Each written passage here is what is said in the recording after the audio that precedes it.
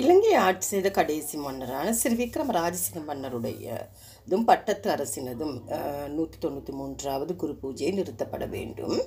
2025 ஜனவரி 30 மன்னரும் பட்டத்து அரசியும் இஸ்லாமியர்கள்.